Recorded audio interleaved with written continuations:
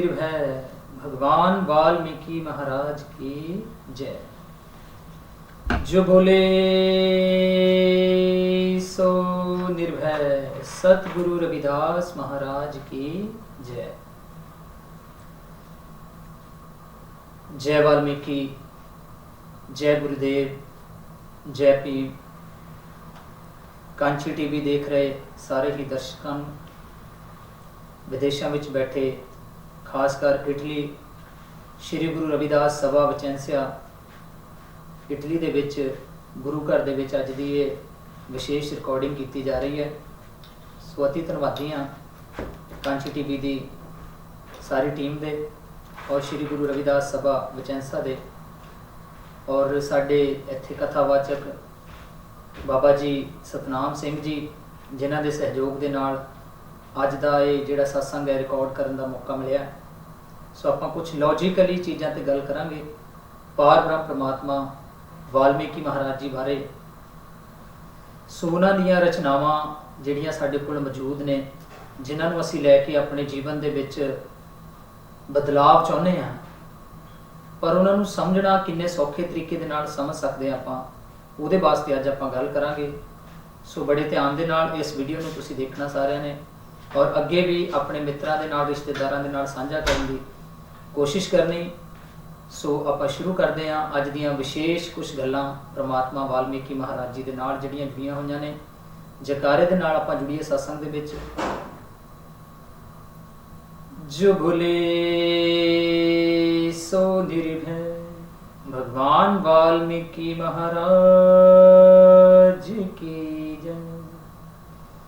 सतगुरु रविदास महाराज की जय।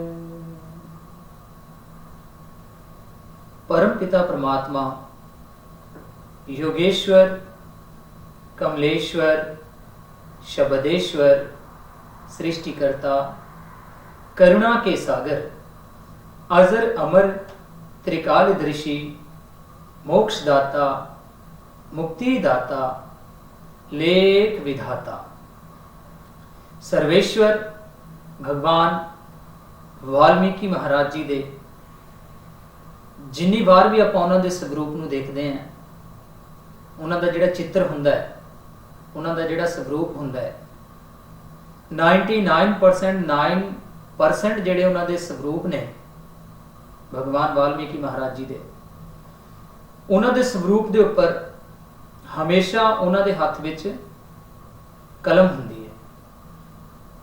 वो कलम इशारा करती है एजुकेशन का, वो कलम इशारा करती है ज्ञान का, वो कलम इशारा करती है विद्वानता का।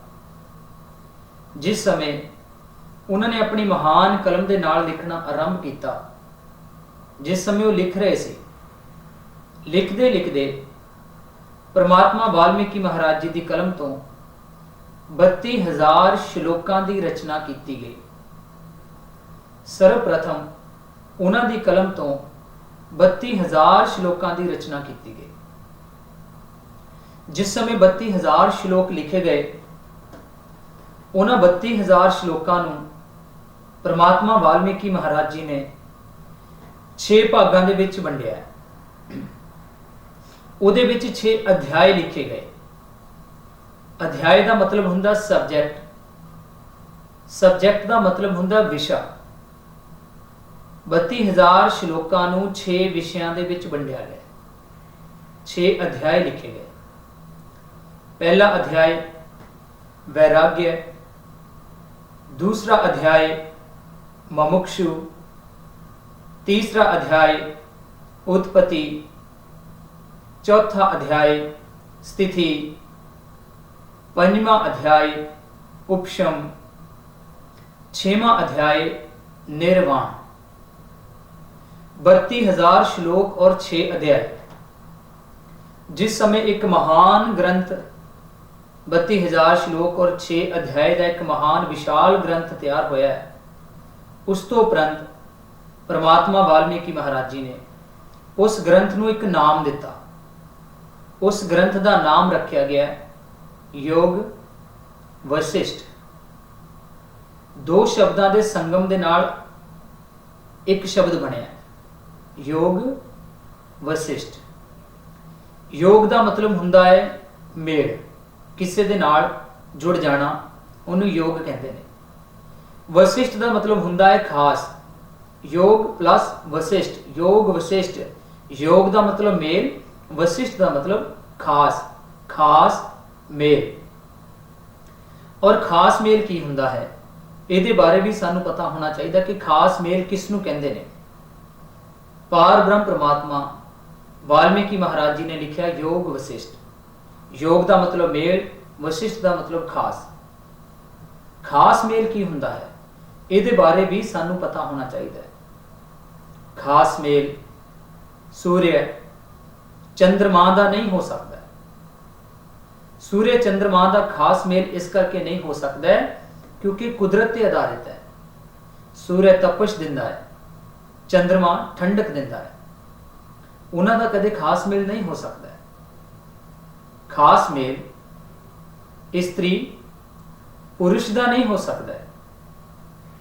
स्त्री पुरुष का खास मेल इस करके नहीं हो सकता क्योंकि विशेष तौर पर भारत देश के अंदर असमानतावादी जिहड़ा देश है, जिहदे विच अज तक ना बराबरता स्थापित की गई, स्त्री और पुरुष के अंदर जो असमानता है उन्होंने बढ़ावा देने वाला देश है। इस करके स्त्री और पुरुष का खास मेल नहीं हो सकता क्योंकि मानसिकता पर आधारित है। खास मेल एक पिता और पुत्र का नहीं हो सकता। पिता और पुत्र का खास मेल इस करके नहीं हो सकता क्योंकि प्रेम ते आधारित है। जो पिता प्रेम अपने पुत्र नूं करदा है, वो प्रेम कदे भी अपने सके भरा दे पुत्र नूं नहीं करदा है। प्रेम तो करदा है पर वो प्रेम नहीं करदा जो अपने पुत्र नूं करदा है। इस करके पिता और पुत्र का भी खास मेल नहीं हो सकता। खास मेल की है, पार ब्रह्म परमात्मा भगवान वाल्मीकि महाराज लिखते ने योग का मतलब मेल हुंदा है, वशिष्ठ का मतलब खास हुंदा है। खास मेल आत्मा और परमात्मा का मेल, उसनू योग विशिष्ट किया जाता है, खास मेल किया जाता है। और योग शिष्ट ग्रंथ के अंदर परमात्मा वाल्मीकि महाराज जी ने साडे आत्म परमात्म के जो मेल ने, जो मेल है आत्मा और परमात्मा का जो संगम है, वो वास्ते बहुत विशेषतावां दे नाल, बहुत अच्छे तरीके दे नाल, डीपली अपनी कलम दे नाल उसकी रचना की है। और आत्मा और परमात्मा का जिहड़ा मिलन है वो मृत्यु तो बाद वाली कोई जिक्र नहीं है। इसी जीवत अवस्था दे विच उहदी गल करते हैं, जिहदे विच 32,000 श्लोक, 6 अध्याय और महान ग्रंथ का नाम है योग वशिष्ठ। एक सेवादार आए परमात्मा वाल्मीकि महाराज जी के कोल, कहंदे पिता जी तुसी योग शिष्ट ग्रंथ विच 6 अध्याय क्यों लिखे ने, 7 क्यों नहीं लिखे, ਜਾਂ 5 क्यों नहीं लिखे? बल्कि इस दुनिया का हर व्यक्ति, हर मानव, हर धर्म अपने वालों सत्य ते जोर देने की कोशिश करता है। हर व्यक्ति का अपने वालों सत्य ते जोर है, पर तुसी 7 अध्याय क्यों नहीं लिखे, 6 क्यों लिखे? भगवान वाल्मीकि महाराज जी ने बड़ा प्यारा उत्तर दिता है। कहते असीं 7 अध्याय पता क्यों नहीं लिखे? क्योंकि वो कहते तुसी पूरी दुनिया दे विच, पूरी दुनिया च जाओ, कोई भी होवे, एक इंसान जिहड़ा मर्जी होवे, उन्होंने जाके कदे ये गल पूछियो, तुसी भी कोशिश करियो पूछण दी, जिहड़े लोग सुनते हैं, कदे भी किसी एक इंसान नूं जाके ये गल पूछियो कि भाई तू जिंदगी च कदे झूठ बोलिया, वो तुहानूं की जवाब देगा? मैं कदे झूठ नहीं बोलिया, उन्हें यही कहना है। और इत्थे वाल्मीकि महाराज जी ने साडी एक बहुत वड्डी शंका का समाधान किया है। साडे मन के अंदर जिहड़ी शंका बैठी हुई है ना, उसका समाधान किया है। पार ब्रह्म परमात्मा वाल्मीकि महाराज की लिखते हैं, कहते इस दुनिया के अंदर अज तक, जदों की भी दुनिया आरंभ हुई है, अज तक इस दुनिया के अंदर एक भी इंसान ऐदां दा पैदा नहीं हो सकिया जिन्हें कदे झूठ ना बोलिया हो, एक भी है नहीं। ਤੁਸੀਂ ਆਪਣੇ ਬਾਰੇ ਸੋਚ ਕੇ ਦੇਖੋ, ਸੁਣਨ ਵਾਲਿਓ, ਆਪਣੇ ਬਾਰੇ ਸੋਚੋ ਕਿ ਤੁਸੀਂ ਕਦੇ ਝੂਠ ਨਹੀਂ ਬੋਲਿਆ ਜਾਂ ਮੈਂ ਕਦੇ ਝੂਠ ਨਹੀਂ ਬੋਲਿਆ। ਦੁਨੀਆ ਦੇ तमाम प्रकार ਦੀਆਂ, ਦੁਨੀਆ ਦੇ ਪੂਰੀ ਦੁਨੀਆ ਤੇ ਤੁਸੀਂ ਜਾ ਕੇ ਵਿਚਰਨ ਕਰੋ, ਦੁਨੀਆ ਤੇ ਕੋਈ ਇੱਕ ਇਨਸਾਨ, ਚਾਹੇ ਕੋਈ ਸੰਤ ਹੋਵੇ, ਚਾਹੇ ਕੋਈ ਪੈਗੰਬਰ ਹੋਵੇ, ਚਾਹੇ ਕੋਈ ਦੇਵਤਾ ਹੋਵੇ, ਚਾਹੇ ਕੋਈ ਗੁਰੂ ਹੋਵੇ, ਚਾਹੇ ਕੋਈ ਤਪਸਵੀ ਹੋਵੇ, ਚਾਹੇ ਕੋਈ ਮਹਾਨ ਹੋਵੇ, ਚਾਹੇ ਕੋਈ ਆਮ ਇਨਸਾਨ ਹੋਵੇ, ਦੁਨੀਆ ਦੇ ਵਿੱਚ ਅੱਜ ਤੱਕ ਇੱਕ ਵੀ ਪੈਦਾ ਨਹੀਂ ਹੋ ਸਕਿਆ ਜਿਹਨੇ ਕਦੇ ਝੂਠ ਨਾ ਬੋਲਿਆ ਹੋਵੇ। ਤੁਸੀਂ ਚੈੱਕ ਕਰਕੇ ਦੇਖ ਲਿਓ, ਆਪਣੇ ਜੀਵਨ ਵਿੱਚ ਹੀ ਚੈੱਕ ਕਰ ਲਿਓ, ਕਿਸੇ ਨੂੰ ਲੱਭਣ ਦੀ ਕੋਸ਼ਿਸ਼ ਨਾ ਕਰਿਓ, स्वयं ਆਪਣੇ ਬਾਰੇ ਸੋਚੋ ਕਿ ਆਪਾਂ ਕਦੇ ਝੂਠ ਨਹੀਂ ਬੋਲਿਆ। ਹਰ ਇਨਸਾਨ ਸਿਰਫ ਆਪਣੇ ਬਾਰੇ ਸੋਚੇ ਕਿ ਮੈਂ ਝੂਠ ਬੋਲਿਆ ਜਾਂ ਨਹੀਂ ਬੋਲਿਆ, ਫਿਰ ਦੁਨੀਆ ਤੇ ਤੁਹਾਨੂੰ ਇਦਾਂ ਦਾ ਕੋਈ ਵੀ ਨਹੀਂ ਲੱਭਣਾ ਜਿਹਨੇ ਕਦੇ ਝੂਠ ਨਾ ਬੋਲਿਆ ਹੋਵੇ। ਦੁਨੀਆ ਦੇ ਉੱਪਰ ਇਨਸਾਨ ਹਰ ਬੰਨੇ ਸੱਤ ਤੇ ਜ਼ੋਰ ਦੇਣ ਦੀ ਕੋਸ਼ਿਸ਼ ਕਰਦਾ ਹੈ। ਬਹੁਤ ਸਾਰੇ ਲੋਕ ਨਾਮ ਜਪਦੇ ਨੇ, ਸਤਨਾਮ, ਬੜਾ ਪਿਆਰਾ ਸ਼ਬਦ ਹੈ ਸਤਨਾਮ। ਸਤ ਦਾ ਮਤਲਬ ਹੁੰਦਾ ਪ੍ਰਮਾਤਮਾ, ਨਾਮ ਦਾ ਮਤਲਬ ਹੁੰਦਾ ਉਹਦੀ ਪਹਿਚਾਣ। ਸਤਨਾਮ, ਸਤ ਤਾਂ ਹੈ ਹੀ, ਪਰ ਨਾਮ ਕਿਹਨੇ ਦਿੱਤੇ ਹੈ? ਆਪਾਂ ਦਿੱਤੇ ਹੈ। ਕੋਈ ਉਹਨੂੰ ਅੱਲਾ ਕਹਿੰਦਾ ਹੈ, ਕੋਈ ਉਹਨੂੰ ਵਾਹਿਗੁਰੂ ਕਹਿੰਦਾ ਹੈ, ਕੋਈ ਉਹਨੂੰ ਗੋਡ ਕਹਿੰਦਾ ਹੈ, ਕੋਈ ਉਹਨੂੰ ਵਾਲਮੀਕੀ ਮਹਾਰਾਜ ਕਹਿੰਦਾ ਹੈ, ਕੋਈ ਉਹਨੂੰ ਰਵਿਦਾਸ ਮਹਾਰਾਜ ਕਹਿੰਦਾ ਹੈ, ਕੋਈ ਉਹਨੂੰ ਕਬੀਰ ਸਾਹਿਬ ਕਹਿੰਦਾ ਹੈ। ਮਤਲਬ ਇਹ ਸਾਰੇ ਦੇ ਸਾਰੇ ਜਿਹੜੇ ਨਾਮ ਹੈ, ਇਹ ਕਿਹਨੇ ਦਿੱਤੇ ਹੈ? ਆਪਾਂ ਇਨਸਾਨ ਨੇ ਦਿੱਤੇ ਹੈ।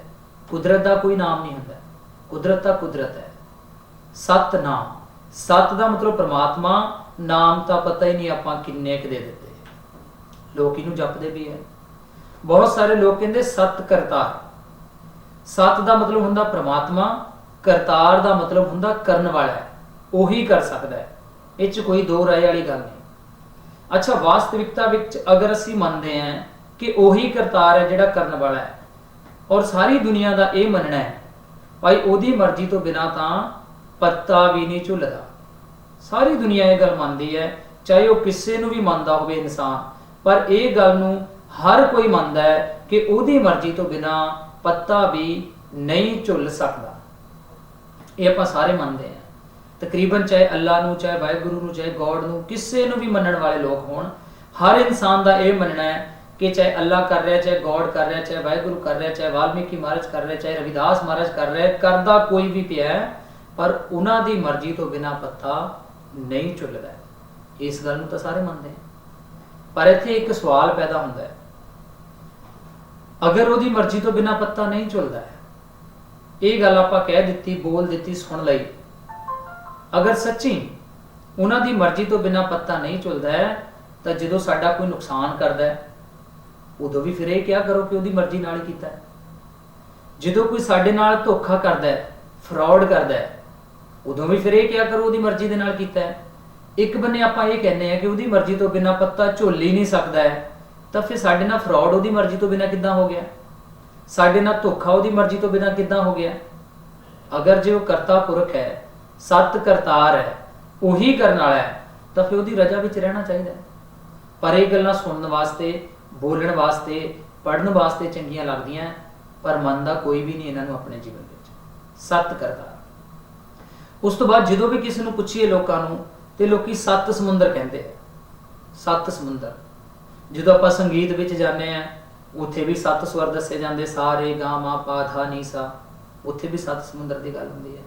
ਜਦੋਂ ਆਸਮਾਨ ਦੇ ਅੰਦਰ ਬੱਦਲ ਛਾਂਦੇ ਆ ਔਰ ਬੱਦਲਾਂ ਦੇ ਵਿੱਚ ਰੰਗ ਛਾਂਦੇ ਆ, ਤੇ ਆਪਾਂ ਕਿੰਨੇ ਰੰਗੀ ਪੀਂਘ ਕਹਿੰਦੇ ਆ? ਸੱਤ ਰੰਗੀ ਪੀਂਘ ਕਹਿੰਦੇ ਆ। ਕਦੇ ਕਿਸੇ ਨੇ 8 ਰੰਗੀ ਜਾਂ 10 ਰੰਗੀ ਨਹੀਂ ਕਿਹਾ।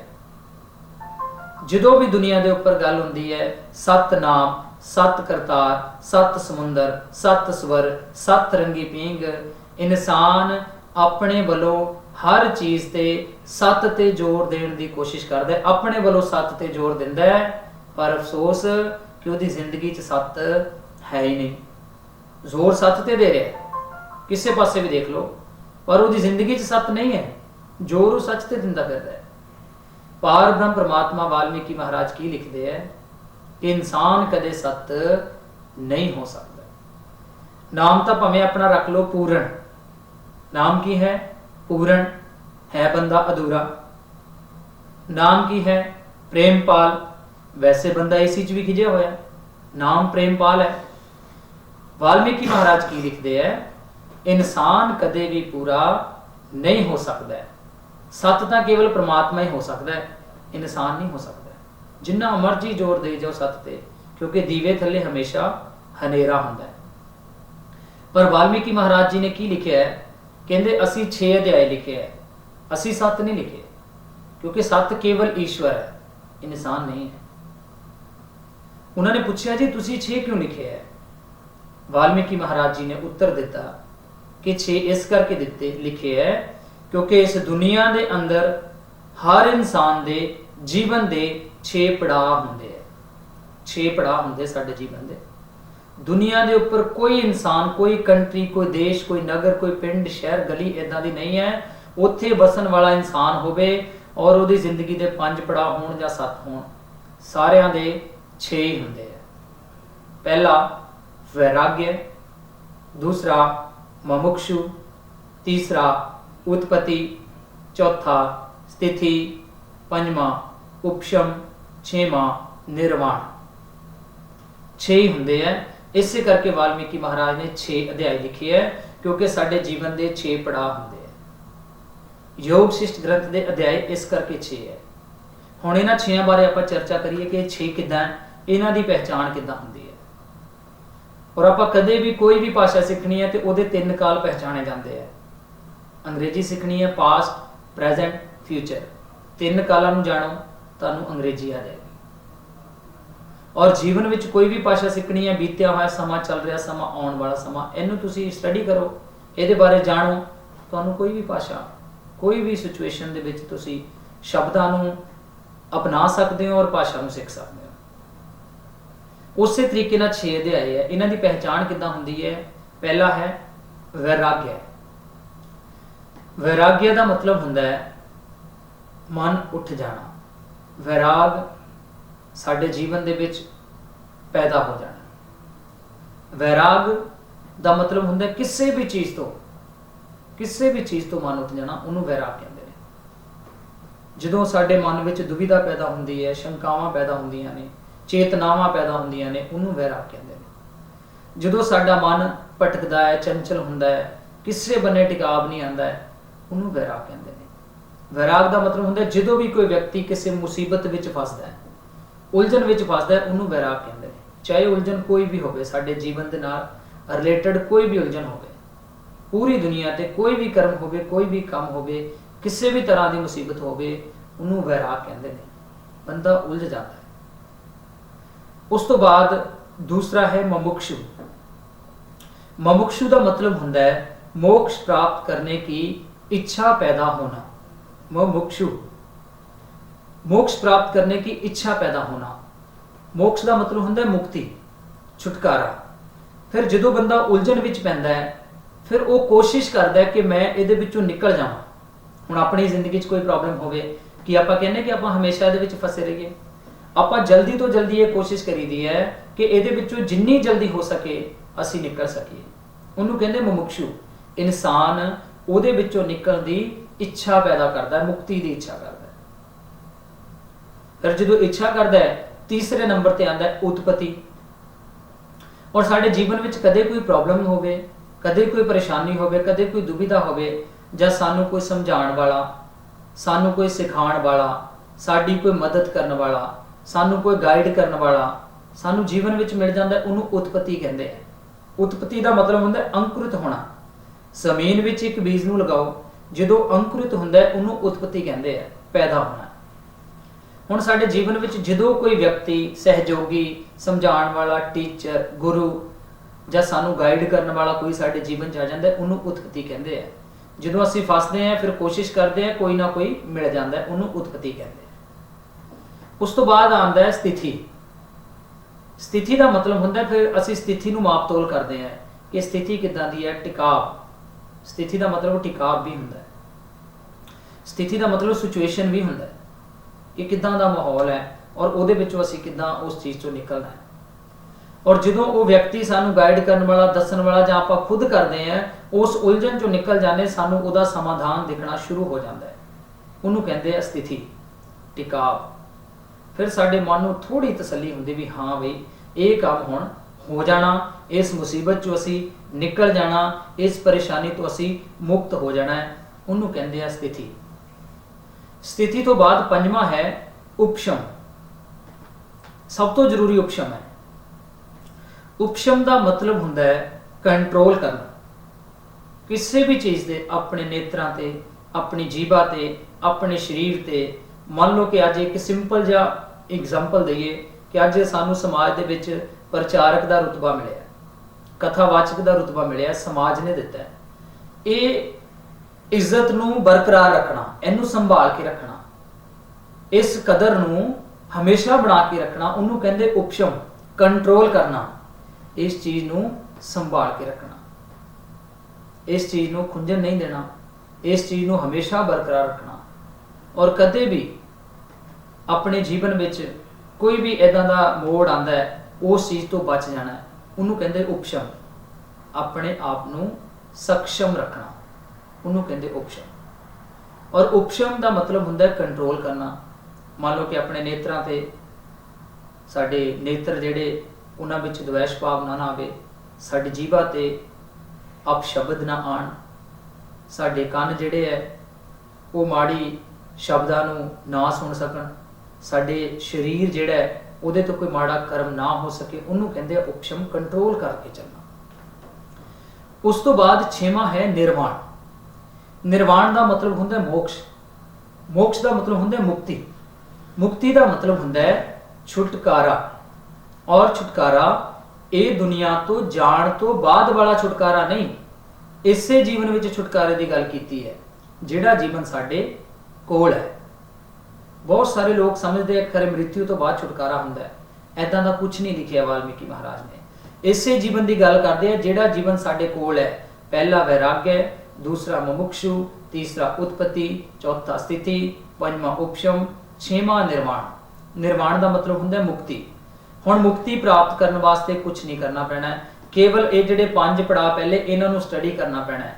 ਪਹਿਲਾ ਵੈਰਾਗ ਹੈ, ਬੰਦਾ ਉਲਝਣ 'ਚ ਕੋਈ ਵੀ ਕੰਮ ਹੋਵੇ, ਜ਼ਿੰਦਗੀ 'ਚ ਤੁਹਾਡੇ ਪੈਸੇ ਲੈਣ ਦੇਣ ਦਾ ਹੋਵੇ, ਰਿਸ਼ਤਾ ਕਰਨ ਦਾ ਹੋਵੇ, ਕੋਈ ਬਿਜ਼ਨਸ ਕਰਨ ਦਾ ਹੋਵੇ, ਕਿਸੇ ਨੂੰ ਮਿਲਣ ਦਾ ਹੋਵੇ, ਆਪਣੇ ਜੀਵਨ ਵਿੱਚ ਕਿਸੇ ਉਪਲਬਧੀ ਦਾ ਹੋਵੇ, ਕਈ ਤਰ੍ਹਾਂ ਦੇ ਧੋਖੇ ਧੜੇ ਹੋਣ, ਉਹਨੂੰ ਕਹਿੰਦੇ ਆ ਵੈਰਾਗ। ਜਦੋਂ ਅਸੀਂ ਵੈਰਾਗ ਤੋਂ ਬਾਅਦ ਹੈ ਮੁਮੁਕਸ਼ੂ, ਉਸ ਤੋਂ ਬਾਅਦ ਆਪਾਂ ਕੋਸ਼ਿਸ਼ ਕਰਦੇ ਹਾਂ, ਉਸ ਤੋਂ ਬਾਅਦ ਹੈ ਉਤਪਤੀ, ਫਿਰ ਸਾਨੂੰ ਕੋਈ ਹੱਲ ਮਿਲਦਾ ਹੈ, ਉਸ ਤੋਂ ਬਾਅਦ ਹੈ ਸਥਿਤੀ, ਫਿਰ ਅਸੀਂ ਉਹਨੂੰ ਮੈਨੇਜ ਕਰਦੇ ਹਾਂ, ਉਸ ਤੋਂ ਬਾਅਦ ਹੈ ਉਪਸ਼ਮ, ਫਿਰ ਅਸੀਂ ਉਹਨਾਂ ਚਾਰਾਂ ਨੂੰ ਕੰਟਰੋਲ ਕਰਕੇ ਚੱਲਣਾ। ਕਦੇ ਵੀ ਕੋਈ ਜੀਵਨ ਵਿੱਚ ਮੋੜ ਆਉਂਦਾ ਵੀ ਮੈਂ ਇਦਾਂ ਫਸ ਗਿਆ ਸੀ, ਇਦਾਂ ਮੈਂ ਕੋਸ਼ਿਸ਼ ਕੀਤੀ ਸੀ, ਇਦਾਂ ਮੈਂ ਨਿਕਲਿਆ ਸੀ, ਇੱਥੇ ਜਾ ਕੇ ਮੈਨੂੰ ਕੋਈ ਰਸਤਾ ਦਿਖਿਆ ਸੀ ਵੀ ਭਾਈ ਹੁਣ ਇਹ ਜਿਹੜੀ ਪ੍ਰੋਬਲਮ ਵਾਲਾ ਕੰਮ ਮੈਂ ਦੁਬਾਰਾ ਨਹੀਂ ਕਰਨਾ, ਉਹਨੂੰ ਕਹਿੰਦੇ ਆ ਉਪਸ਼ਮ। ਕਿ ਦੁਬਾਰਾ ਮੰਨ ਲਓ ਕਿ ਆਪਾਂ ਨੂੰ ਕਿਸੇ ਚੀਜ਼ ਤੋਂ ਨੁਕਸਾਨ ਹੋ ਗਿਆ, ਕਿ ਦੂਸਰਾ ਭੈਣ ਭਰਾ ਜਾਂ ਰਿਸ਼ਤੇਦਾਰ ਉਹ ਕੰਮ ਕਰਨ ਲੱਗਦਾ ਤੇ ਆਪਾਂ ਕੀ ਕਵਾਂਗੇ ਕਿ ਨਾ ਕਰੀ। ਇਹਦਾ ਮਤਲਬ ਆਪਾਂ ਵੈਰਾਗ ਨੂੰ ਸਟੱਡੀ ਕਰ ਰਹੇ। ਵੈਰਾਗ, ਮੁਮੁਕਸ਼ੂ, ਉਤਪਤੀ, ਸਥਿਤੀ, ਨਿਰਵਾਣ ਤੇ ਆ ਕੇ ਬੰਦਾ ਕੰਟਰੋਲ ਕਰਨ ਲੱਗ ਜਾਂਦਾ ਹੈ। ਜਦੋਂ ਵਿਅਕਤੀ ਕੰਟਰੋਲ ਕਰਨਾ ਸਿੱਖ ਜਾਂਦਾ ਤੇ ਮੁਕਤੀ ਤਾਂ ਆਪਣੇ ਆਪ ਹੋ ਜਾਂਦੀ ਹੈ। ਨਿਰਵਾਣ, ਉਪਸ਼ਮ ਹੈ ਕੰਟਰੋਲ ਕਰਨਾ, ਨਿਰਵਾਣ ਹੈ ਮੁਕਤੀ, ਤੇ ਮੁਕਤੀ ਫਿਰ ਤੁਹਾਡੀ ਹੋ ਜਾਂਦੀ ਹੈ। ਮੁਕਤੀ ਤੁਹਾਡੇ ਜੀਵਨ ਦੇ ਕਰਮਾਂ ਤੋਂ ਹੁੰਦੀ ਹੈ, ਜਿਹੜੇ ਕਰਮਾਂ ਤੋਂ ਤੁਸੀਂ ਬਚਣਾ ਚਾਹੁੰਦੇ ਆ ਜਾਂ ਉਲਝਣਾ ਚਾਹੁੰਦੇ ਆ, ਉਸ ਮੁਕਤੀ ਦੀ ਗੱਲ ਕੀਤੀ ਹੈ। ਮ੍ਰਿਤਿੂ ਤੋਂ ਬਾਅਦ ਵਾਲੀ ਮੁਕਤੀ ਦੀ ਗੱਲ ਨਹੀਂ ਕੀਤੀ। ਬਹੁਤ ਸਾਰੇ ਲੋਕ ਤੁਹਾਨੂੰ ਮ੍ਰਿਤਿੂ ਤੋਂ ਬਾਅਦ ਵਾਲੀਆਂ ਗੱਲਾਂ ਸੁਣਾਉਂਦੇ ਆ, ਔਰ ਬਹੁਤ ਸਾਰੇ ਲੋਕਾਂ ਨੇ ਤੁਹਾਨੂੰ ਸਵਰਗਾਂ ਦਾ ਲਾਰਾ ਲਾਇਆ, ਆਪ ਇੱਥੇ ਰਾਜ ਕਰੀ ਜਾਂਦੇ ਆ, ਤੁਹਾਨੂੰ ਲਾਰਾ ਲਾਇਆ ਹੋਇਆ ਸਵਰਗ ਦਾ। ਵਾਲਮੀਕੀ ਮਹਾਰਾਜ ਜਿੰਨਾ ਵੀ ਲਿਖਦੇ ਆ, ਜੋ ਵੀ ਕਰਦੇ ਆ, ਜੋ ਵੀ ਕਹਿੰਦੇ ਆ, ਇਸੇ ਜੀਵਨ ਬਾਰੇ ਕਹਿੰਦੇ ਆ ਜਿਹੜਾ ਜੀਵਨ ਸਾਡੇ ਕੋਲ ਹੈ। ਇਸ ਕਰਕੇ 6 ਅਧਿਆਏ ਹੈ, ਕਿਉਂਕਿ ਸਾਡੇ ਜੀਵਨ ਦੇ 6 ਪੜਾਅ ਨੇ। ਉਸ ਤੋਂ ਬਾਅਦ ਵਾਲਮੀਕੀ ਮਹਾਰਾਜ ਨੂੰ ਤ੍ਰਿਕਾਲਦਰਸ਼ੀ ਕਹਿੰਦੇ ਨੇ। ਤ੍ਰਿਕਾਲਦਰਸ਼ੀ ਤੁਸੀਂ ਕਦੇ ਜ਼ਿੰਦਗੀ 'ਚ ਸੁਣਿਆ ਨਹੀਂ ਹੋਊਗਾ ਕਿ ਕਿਸੇ ਗੁਰੂ ਨੂੰ ਤ੍ਰਿਕਾਲਦਰਸ਼ੀ ਕਹਿੰਦੇ ਆ, ਕਿਸੇ ਸੰਤ ਨੂੰ ਤ੍ਰਿਕਾਲਦਰਸ਼ੀ ਕਹਿੰਦੇ ਆ, ਕਿਸੇ ਦੇਵਤਾ ਨੂੰ ਤ੍ਰਿਕਾਲਦਰਸ਼ੀ ਕਹਿੰਦੇ ਆ, ਜਾਂ ਕਿਸੇ ਪੈਗੰਬਰ ਨੂੰ ਕਹਿੰਦੇ ਆ, ਜਾਂ ਕਿਸੇ ਮਹਾਪੁਰਸ਼ ਨੂੰ ਕਹਿੰਦੇ ਆ। ਅੱਜ ਤੱਕ ਮੈਂ ਕਿਸੇ ਦੇ ਨਾਲ ਨਹੀਂ ਸੁਣਿਆ ਤ੍ਰਿਕਾਲਦਰਸ਼ੀ। ਕੇਵਲ ਭਗਵਾਨ ਵਾਲਮੀਕੀ ਮਹਾਰਾਜ ਨੂੰ ਹੀ ਤ੍ਰਿਕਾਲਦਰਸ਼ੀ ਕਿਹਾ ਜਾਂਦਾ ਹੈ। ਇਹਦਾ ਇੱਕ ਮੁੱਖ ਕਾਰਨ ਹੈ, ਉਹਨਾਂ ਨੂੰ ਤ੍ਰਿਕਾਲਦਰਸ਼ੀ ਇਸ ਕਰਕੇ ਕਹਿੰਦੇ ਨੇ ਕਿਉਂਕਿ ਪਾਰ ਬ੍ਰਹਮ ਪ੍ਰਮਾਤਮਾ ਨੇ ਇਹ ਪੂਰੀ ਦੀ ਪੂਰੀ ਦੁਨੀਆ ਨੂੰ, ਜਿੰਨੀ ਵੀ ਦੁਨੀਆ ਵਸਦੀ ਹੈ, ਇਹਨੂੰ ਪ੍ਰਮਾਤਮਾ ਨੇ ਤਿੰਨਾਂ ਕਾਲਾਂ ਦੇ ਵਿੱਚ ਵੰਡਿਆ ਹੋਇਆ। ਇਸ ਪ੍ਰਕਿਰਤੀ ਦੇ ਕਾਲ ਕਿੰਨੇ ਨੇ? 3 ਕਾਲ ਨੇ। ਭੂਤ ਕਾਲ, ਬੀਤਿਆ ਹੋਇਆ ਸਮਾਂ, ਵਰਤਮਾਨ ਕਾਲ, ਚੱਲ ਰਿਹਾ ਸਮਾਂ, ਭਵਿष्य ਕਾਲ, ਆਉਣ ਵਾਲਾ ਸਮਾਂ। ਦੁਨੀਆ ਦੇ ਵਿੱਚ ਇੱਕ ਵੀ ਚੀਜ਼ ਇਦਾਂ ਦੀ ਨਹੀਂ ਹੈ, ਪੂਰੀ ਦੁਨੀਆ ਦੇ ਵਿੱਚ ਤੁਸੀਂ ਕੋਸ਼ਿਸ਼ ਕਰ ਲਓ ਲੱਭਣ ਦੀ, ਇੱਕ ਵੀ ਚੀਜ਼ ਇਦਾਂ ਦੀ ਨਹੀਂ ਹੈ, ਇੱਕ ਵੀ ਵਿਅਕਤੀ ਇਦਾਂ ਦਾ ਨਹੀਂ ਹੈ ਜਿਹਦੇ ਜੀਵਨ ਦੇ 2 ਪੜਾਅ ਹੋਣ ਜਾਂ 4 ਹੋਣ। ਸਾਰਿਆਂ ਦੇ 3 ਹੀ ਕਾਲ ਹੁੰਦੇ ਆ, ਜੀਵਨ ਦੇ 3 ਹੀ ਹੁੰਦੇ ਆ, ਬੀਤਿਆ ਹੋਇਆ ਸਮਾਂ, ਚੱਲ ਰਿਹਾ ਸਮਾਂ ਤੇ ਆਉਣ ਵਾਲਾ ਸਮਾਂ। ਇਸ ਕਰਕੇ ਵਾਲਮੀਕੀ ਮਹਾਰਾਜ ਨੂੰ ਤ੍ਰਿਕਾਲਦਰਸ਼ੀ ਕਿਹਾ ਜਾਂਦਾ ਹੈ। ਔਰ ਰਾਜਾ ਰਾਮਚੰਦਰ ਦੇ ਮੁਖ ਤੋਂ ਇਹ ਸ਼ਲੋਕ ਨਿਕਲਿਆ, ਤੁਮ ਤ੍ਰਿਕਾਲ ਦਰਸ਼ੀ ਮੁਨੀਨਾਥਾ ਵਿਸ਼ਵ ਵਿਦਰ ਜਿਮੀ ਤੁਮਰੇ ਹਾਥਾ।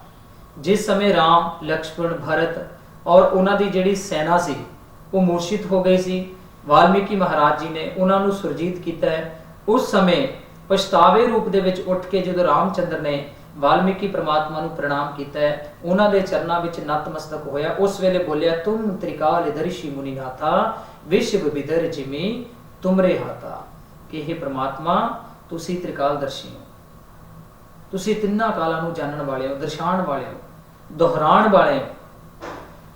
ਵਿਸ਼ਵ, ਇਹ ਪੂਰੀ ਦੁਨੀਆ, ਬਿਦਰ ਬੇਰ ਨੂੰ ਕਹਿੰਦੇ ਆ, ਇਹ ਪੂਰੀ ਦੁਨੀਆ, ਜ਼ਮੀਨ, ਆਸਮਾਨ, ਪ੍ਰਕਿਰਤੀ ਤੁਹਾਡੇ ਹੱਥ ਵਿੱਚ ਬੇਰ ਦੇ ਸਮਾਨ ਹੈ। ਤੁਸੀਂ ਚਾਹੋ ਤਾਂ ਉੱਪਰ ਉਠਾ ਲਓ, ਤੁਸੀਂ ਚਾਹੋ ਤਾਂ ਨੀਚੇ ਸਿੱਟ ਦਿਓ। ਇਹ ਤੁਹਾਡੇ ਇੱਛਾ ਦੇ ਅਨੁਸਾਰ ਹੀ ਪ੍ਰਕਿਰਤੀ ਦੇ 3 ਕਾਲ ਚੱਲਦੇ ਨੇ। ਔਰ ਵਾਲਮੀਕੀ ਮਹਾਰਾਜ ਨੂੰ ਤ੍ਰਿਕਾਲਦਰਸ਼ੀ ਕਹਿਣ ਦਾ ਇੱਕ ਮੁੱਖ ਕਾਰਨ ਇਹ ਹੈ ਕਿਉਂਕਿ ਪੂਰੀ ਕੁਦਰਤ ਨੂੰ 3 ਕਾਲਾਂ ਦੇ ਵਿੱਚ ਵੰਡਿਆ ਹੋਇਆ ਹੈ। ਜਿਹੜੀ ਮਰਜ਼ੀ ਕੁਦਰਤ ਤੁਸੀਂ ਚੈੱਕ ਕਰ ਲਓ, ਉਹਦੇ 3 ਹੀ ਕਾਲ ਹੈ। ਆਪਣਾ ਜੀਵਨ ਵੀ ਦੇਖ ਲਓ, ਉਹਦੇ ਵੀ 3 ਕਾਲ ਹੈ, ਬੀਤਿਆ ਹੋਇਆ ਸਮਾਂ, ਚੱਲ ਰਿਹਾ ਸਮਾਂ, ਆਉਣ ਵਾਲਾ ਸਮਾਂ। ਔਰ ਇੱਥੇ ਆ ਕੇ ਇੱਕ ਗੱਲ ਜੁੜ ਜਾਂਦੀ ਹੈ ਸਾਡੇ ਜੀਵਨ ਦੇ ਨਾਲ। ਬਹੁਤ ਸਾਰੇ ਲੋਕ ਸਾਨੂੰ ਅਗਲੇ ਔਰ ਪਿਛਲੇ ਜਨਮ ਦੀਆਂ ਸਟੋਰੀਆਂ ਸੁਣਾਉਂਦੇ ਆ। ਅਗਲਾ ਜਨਮ, ਪਿਛਲਾ ਜਨਮ ਔਰ ਚੱਲ ਰਿਹਾ ਜਨਮ, ਇਹਨੂੰ ਵੀ 3 ਵਿੱਚ ਵੰਡਣ ਦੀ ਕੋਸ਼ਿਸ਼ ਕੀਤੀ ਹੈ। ਔਰ ਬਹੁਤ ਸਾਰੇ ਡੇਰੇ ਇਦਾਂ ਦੇ ਬਣੇ ਹੋਏ ਆ ਜਿੱਥੇ ਸਾਨੂੰ ਅਗਲਾ ਤੇ ਪਿਛਲਾ ਜਨਮ ਦਿਖਾਉਣ ਦਾ ਦਾਅਵਾ ਕੀਤਾ ਜਾਂਦਾ ਹੈ। ਆ ਜਲੰਧਰ ਦੇ ਕੋਲ ਇੱਕ ਡੇਰਾ ਬਣਿਆ ਹੋਇਆ, ਉੱਥੇ ਕੀ ਦਾਅਵਾ ਕਰਦੇ ਆ ਕਿ ਜਿਹੜੇ ਵੀ ਲੋਕ ਇੱਥੇ ਆਉਂਦੇ ਆ ਕਿ ਭਾਈ ਅਸੀਂ ਉਹਨਾਂ ਨੂੰ ਅਗਲਾ ਜਨਮ ਵੀ ਦਿਖਾਵਾਂਗੇ ਤੇ ਪਿਛਲਾ ਵੀ ਦਿਖਾਵਾਂਗੇ। ਬੜੇ ਲੋਕ ਲੱਗੇ ਹੋਏ ਆ ਉੱਥੇ, ਔਰ ਕਈ ਲੋਕ ਜਾਂਦੇ ਆ, ਹਜ਼ਾਰਾਂ ਦੀ ਗਿਣਤੀ 'ਚ ਲੋਕ ਜਾਂਦੇ ਆ ਅਗਲਾ ਪਿਛਲਾ ਜਨਮ ਦੇਖਣ ਵਾਸਤੇ। ਸਾਡੇ ਤੱਕ ਇਹ ਗੱਲ ਪਹੁੰਚੀ ਤਾਂ ਆਪਾਂ ਵੀ ਉੱਥੇ ਗਏ। ਇੱਕ ਦਿਨ ਆਪਾਂ ਸਿਰਫ ਦੇਖਣ ਗਏ ਕਿ ਦੇਖੀਏ ਕੀ ਉੱਥੇ ਇਦਾਂ ਦਾ ਕਿ ਵਾਕਈ ਉੱਥੇ ਕੁਝ ਦਿਖਦਾ ਹੈ, ਕਿ ਉਸ ਚੀਜ਼ ਵਿੱਚ ਕੋਈ ਸੱਚਾਈ ਹੈ। ਤੇ ਆਪਾਂ ਨਾਰਮਲ ਵਸਤਰ ਜਿਹੜੇ ਸੀਗੇ, ਨਾਰਮਲ ਕੱਪੜੇ ਪਾ ਕੇ ਆਪਾਂ ਉਸ ਡੇਰੇ ਤੇ ਚਲੇ ਗਏ। ਐਦਾਂ ਨਹੀਂ ਆਪਾਂ ਆਪਣੀ ਡਰੈਸ ਵਿੱਚ ਨਹੀਂ ਗਏ। ਅਗਰ ਮੈਂ ਇਸ ਡਰੈਸ ਵਿੱਚ ਜਾਂਦਾ ਹੈ ਤੇ ਉਹਨਾਂ ਨੇ ਮੇਰੇ ਨਾਲ ਗੱਲ ਹੀ ਨਹੀਂ ਕਰਨੀ ਸੀ, ਉਹਨਾਂ ਨੇ ਮੇਰੇ ਨਾਲ ਸਵਾਲ ਜਵਾਬ ਕਰਨੇ ਨਹੀਂ ਸੀ, ਕਿਉਂਕਿ ਅੰਗਰੇਜ਼ੀ ਬੰਦਾ ਹਮੇਸ਼ਾ ਉੱਥੇ ਹੀ ਬੋਲਦਾ ਹੈ ਜਿੱਥੇ ਕਿਸੇ ਨੂੰ ਆਂਦੀ ਨਹੀਂ ਹੈ। ਹਮੇਸ਼ਾ ਉੱਥੇ ਬੋਲਦਾ, ਤੁਸੀਂ ਚੈੱਕ ਕਰਕੇ ਦੇਖ ਲਿਓ। ਕਦੇ ਵੀ ਇਨਸਾਨ ਅੰਗਰੇਜ਼ੀ ਬੋਲੂਗਾ ਉੱਥੇ ਬੋਲੂਗਾ ਜਿੱਥੇ ਨਾ ਆਂਦੀ ਹੋਵੇ। ਜਿੱਥੇ ਆਂਦੀ ਹੁੰਦੀ ਹੈ ਉੱਥੇ ਨਹੀਂ ਬੋਲਦਾ ਹੈ। ਤੇ ਉੱਥੇ ਵੀ ਇਦਾਂ ਹੀ ਹੁੰਦਾ ਹੈ। ਅਗਰ ਮੈਂ ਇਹਨਾਂ ਕੱਪੜਿਆਂ ਵਿੱਚ ਜਾਂਦਾ ਤਾਂ ਉਹਨਾਂ ਨੇ ਮੇਰੇ ਨਾਲ ਗੱਲ ਹੀ ਨਹੀਂ ਕਰਨੀ ਸੀ, ਚਾਹੇ ਮੈਨੂੰ ਕੁਝ ਪਤਾ ਚਾਹੇ ਨਹੀਂ ਪਤਾ। ਦੂਸਰੇ ਨਾਰਮਲ ਕੱਪੜਿਆਂ ਵਿੱਚ ਗਏ ਤਾਂ ਉੱਥੇ ਜਾ ਕੇ ਬੈਠੇ। ਬਾਬਾ ਜੀ ਆਏ, ਨਾਲ ਇੱਕ ਸੇਵਾਦਾਰ ਆਈ, ਮੈਨੂੰ ਨੀਚੇ ਬਿਠਾ ਕੇ ਜ਼ਮੀਨ ਤੇ ਸਿਰ ਤੇ ਹੱਥ ਰੱਖਿਆ। 5 ਮਿੰਟ ਬਾਅਦ ਕਹਿੰਦੇ ਜੀ ਦਿਖਿਆ ਕੁਝ? ਮੈਂ ਕਿਹਾ ਜੀ ਨਹੀਂ ਦਿਖਿਆ। 10-15 ਮਿੰਟ ਹੋ ਗਏ, ਦੁਬਾਰਾ ਬਾਬਾ ਜੀ ਨੇ ਪੁੱਛਿਆ ਵੀ ਕੁਝ ਦਿਖਿਆ? ਮੈਂ ਕਿਹਾ ਜੀ ਨਹੀਂ ਦਿਖਿਆ। ਅੱਧਾ ਘੰਟਾ ਹੋ ਗਿਆ, ਫਿਰ ਪੁੱਛਿਆ ਕੁਝ ਦਿਖਿਆ? ਮੈਂ ਕਿਹਾ ਜੀ ਨਹੀਂ ਦਿਖਿਆ। 1 ਘੰਟਾ ਹੋ ਗਿਆ, ਦੁਬਾਰਾ ਪੁੱਛਿਆ ਕੁਝ ਦਿਖਿਆ? ਮੈਂ ਕਿਹਾ ਜੀ ਨਹੀਂ ਦਿਖਿਆ। 2 ਘੰਟੇ ਹੋ ਗਏ, 2.5 ਘੰਟੇ ਹੋ ਗਏ, 3 ਤੋਂ 3.5 ਘੰਟੇ ਹੋ ਗਏ, ਕੁਝ ਵੀ ਨਹੀਂ ਦਿਖਿਆ। ਮੈਨੂੰ ਕਹਿੰਦੇ ਕੁਝ ਦਿਖਿਆ? ਮੈਂ ਕਿਹਾ ਬਾਬਾ ਜੀ ਕੁਝ ਨਹੀਂ ਦਿਖਿਆ। ਬੰਦ ਅੱਖਾਂ ਨਾਲ ਕਦੇ ਕੁਝ ਦਿਖਦਾ? ਕੁਝ ਨਹੀਂ ਦਿਖਿਆ ਜੀ। 3.5 ਘੰਟੇ ਬਾਅਦ ਵੀ ਜਿੱਦਾਂ ਦੇ ਗਏ ਤੇ ਉਦਾਂ ਦੇ ਵਾਪਸ ਆ ਗਏ। ਔਰ ਸਾਨੂੰ ਦਾਵਾ ਕਰਦੇ ਆ ਅਗਲਾ ਔਰ ਪਿਛਲਾ ਜਨਮ ਦਿਖਾਉਣ ਦਾ। ਔਰ ਸਾਨੂੰ ਕੀ ਕਹਿੰਦੇ ਆ ਕਿ ਤੁਸੀਂ ਜਿਹਨੂੰ ਵੀ ਮੰਨਦੇ ਹੋ, ਜਿਹੜੇ ਵੀ ਸਮਾਜ ਦੇ ਹੋ, ਉਹਦੇ ਹੀ ਦਰਸ਼ਨ ਤੁਹਾਨੂੰ ਕਰਾਵਾਂਗੇ, ਉਸੇ